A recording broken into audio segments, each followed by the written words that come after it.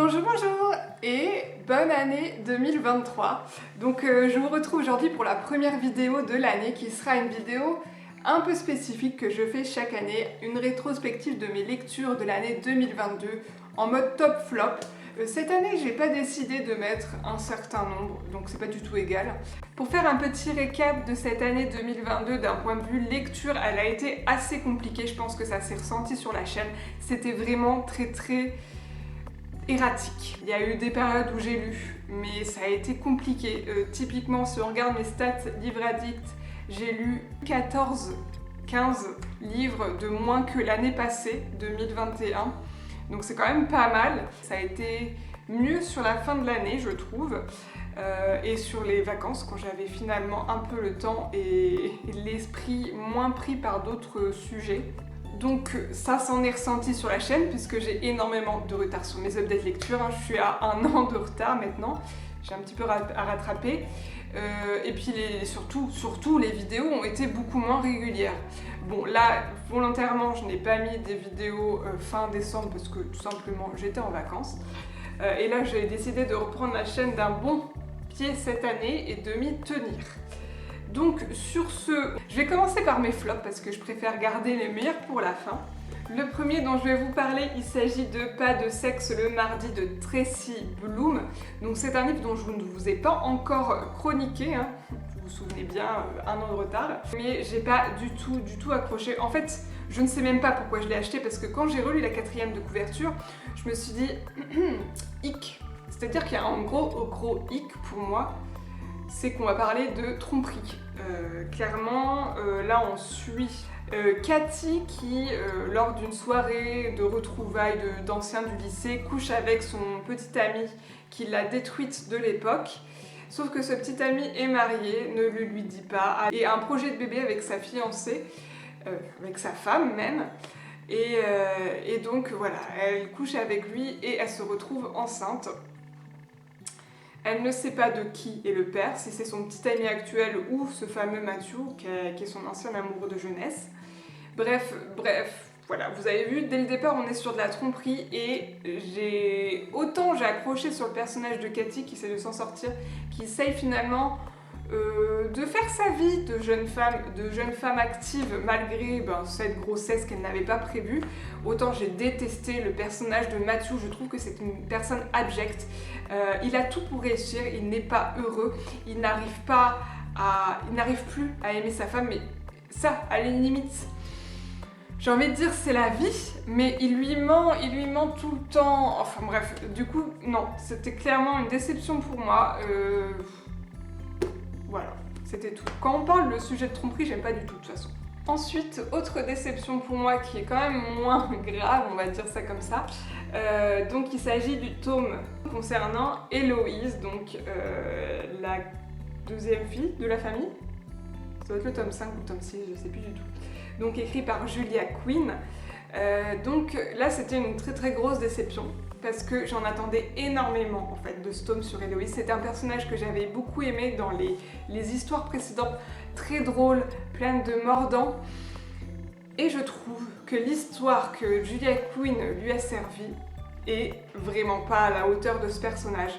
On découvre une Héloïse finalement qui cherche à se conformer à la société dans laquelle elle vit, alors qu'elle justement elle était anticonformiste dans les autres tomes. Et puis franchement c'était très court, et le personnage de Sir Philip, voilà quoi, il est un petit peu plan-plan. Donc c'était bien quand même, parce que j'ai quand même aimé retrouver Héloïse, mais je trouve clairement que là c'était l'histoire qui la dessert.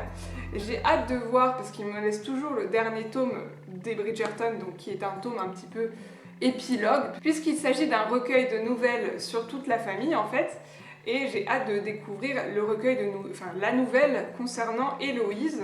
J'espère qu'on retrouvera ce petit ton qu'elle avait, parce que là c'était clairement une grosse déception. Après, j'ai envie de vous dire, les autres tomes ont largement rattrapé cette déception et ça reste une série très chère à mon cœur. Et enfin la dernière déception, et celle-ci je vous en ai déjà parlé puisqu'il s'agissait d'un presque abandon. Donc là on est quand même dans de la grosse déception, du gros flop. Il s'agit de Une couronne d'os et d'épines d'Emily Norsken. Et alors là mon problème, je vous l'ai déjà dit dans la vidéo sur ce livre-ci, c'est que c'était trop long. Autant j'aime la fantaisie qui prend de son temps, autant là j'avais quand même l'impression de beaucoup délier l'histoire. Voilà, c'était ma dernière déception de l'année, donc comme vous voyez on n'a pas énormément, hein, c'était assez léger. Et ensuite on va passer au top. Premier top de l'année 2022 dont je vais vous parler, il s'agit de Prospérine, point, et la phrase sans fin de Laure d'Argelos. Donc ça pareil, je vous en ai déjà parlé dans un update lecture. C'était un ouvrage tellement original, tellement surprenant que ça a été un coup de cœur. Clairement, je le redis, ne le prenez pas en e-book. Maintenant, je sais qu'il est sorti plus en relié mais en broché, donc il doit être un peu moins cher.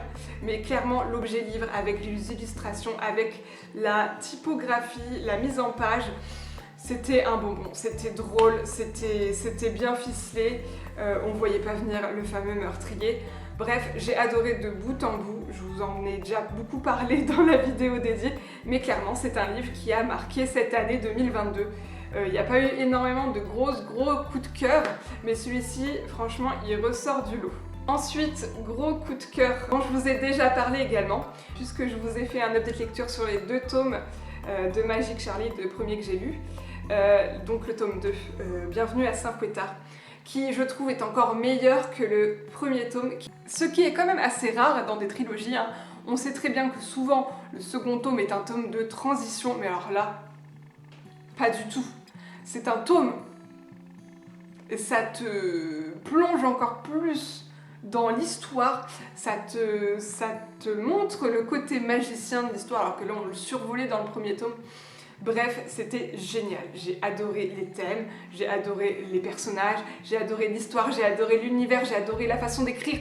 J'ai tout adoré dans ce tome-là. Je n'ai pas encore lu le 3e tome, j'avoue. J'ai peur. J'ai pas peur dans le sens où ça sera mauvais, je pense que ça sera clairement un coup de cœur de l'année 2023. Mais j'ai pas envie de quitter cette aventure, j'ai pas envie de quitter ce monde. C'était juste une hyper bonne découverte. J'espère que Audrey Alouette nous fera d'autres romans. Donc ouais, clairement, là il avait sa place et le top de cette année 2022. Ensuite, je continue avec un livre dont je vous ai aussi parlé puisque je l'ai couplé avec son premier tome également. Il s'agit de Anne d'Avonlea de Lucide Montgomery qui est le tome 2 de la série de Anne, La maison au pignon vert. Oui, ce 2e tome, c'était aussi un petit bonbon. On y retrouvait Anne qui a grandi mais qui garde cette façon de voir la vie si poétique dans toute la beauté de la nature. Enfin bref, c'était un petit bonbon. Je ne vais pas vous refaire l'update lecture, hein, mais clairement, c'était encore hyper bien. Alors j'ai l'impression avec Magic Charlie et Anne de vous refaire le top flop de l'année dernière, parce que je les avais mis aussi, les premiers tomes, mais clairement c'est des séries, tous les tomes pourraient être des coups de cœur quoi, pour l'instant. C'est assez fou quand même pour le dire, parce que généralement t'as le coup de cœur pour le tome 1, souvent pour un tome 3 quand c'est une trilogie, mais très peu pour un tome 2, et là dans les 2 cas ça a été un coup de cœur quoi, parce qu'on retrouve tous les ingrédients mais pas monotone, c'est-à-dire que ça reste toujours aussi beau, aussi frais, aussi nouveau, aussi... enfin bref, que des superlatifs quoi. Donc voilà, c'était encore un livre qui a marqué cette année 2022 pour moi et qui m'a permis du coup de m'accrocher à la lecture, parce que clairement ça a été tellement difficile, mais quand tu lis des perles comme ça t'aide beaucoup. Alors celui-ci, en vrai je pensais pas que ça allait être dans mon top 2022, mais il s'est passé quelque chose d'assez original. Donc il s'agit de Emily Blaine, Rendez-vous au chalet des Cœurs oubliés. Vous aurez l'update lecture la semaine prochaine, puisque je fais un update lecture spécial romance de Noël encore. Donc je l'ai lu début janvier 2022, donc il remonte quand même, celui-ci. Et pourtant, je m'en souviens très bien. Alors vous savez qu'entre moi et les lectures d'Emily Blaine, c'est un peu... Bon, globalement, hein, je les aime, mais c'est des fois, limite, j'aime pas. Et celle-ci, elle est sortie de nulle part, j'en attendais pas grand-chose, mais j'ai juste adoré.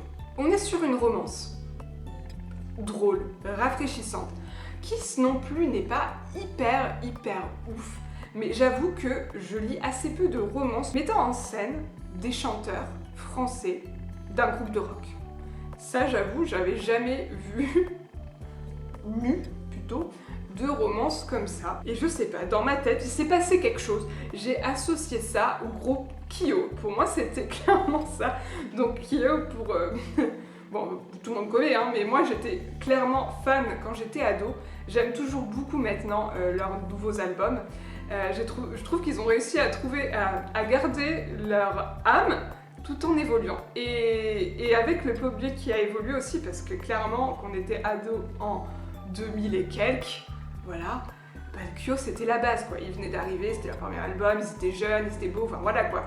Alors je ne sais pas pourquoi, dans ma tête ça s'est associé à ça. Et alors du coup ça a fait un mélange, je l'ai adoré. Clairement je l'ai adoré.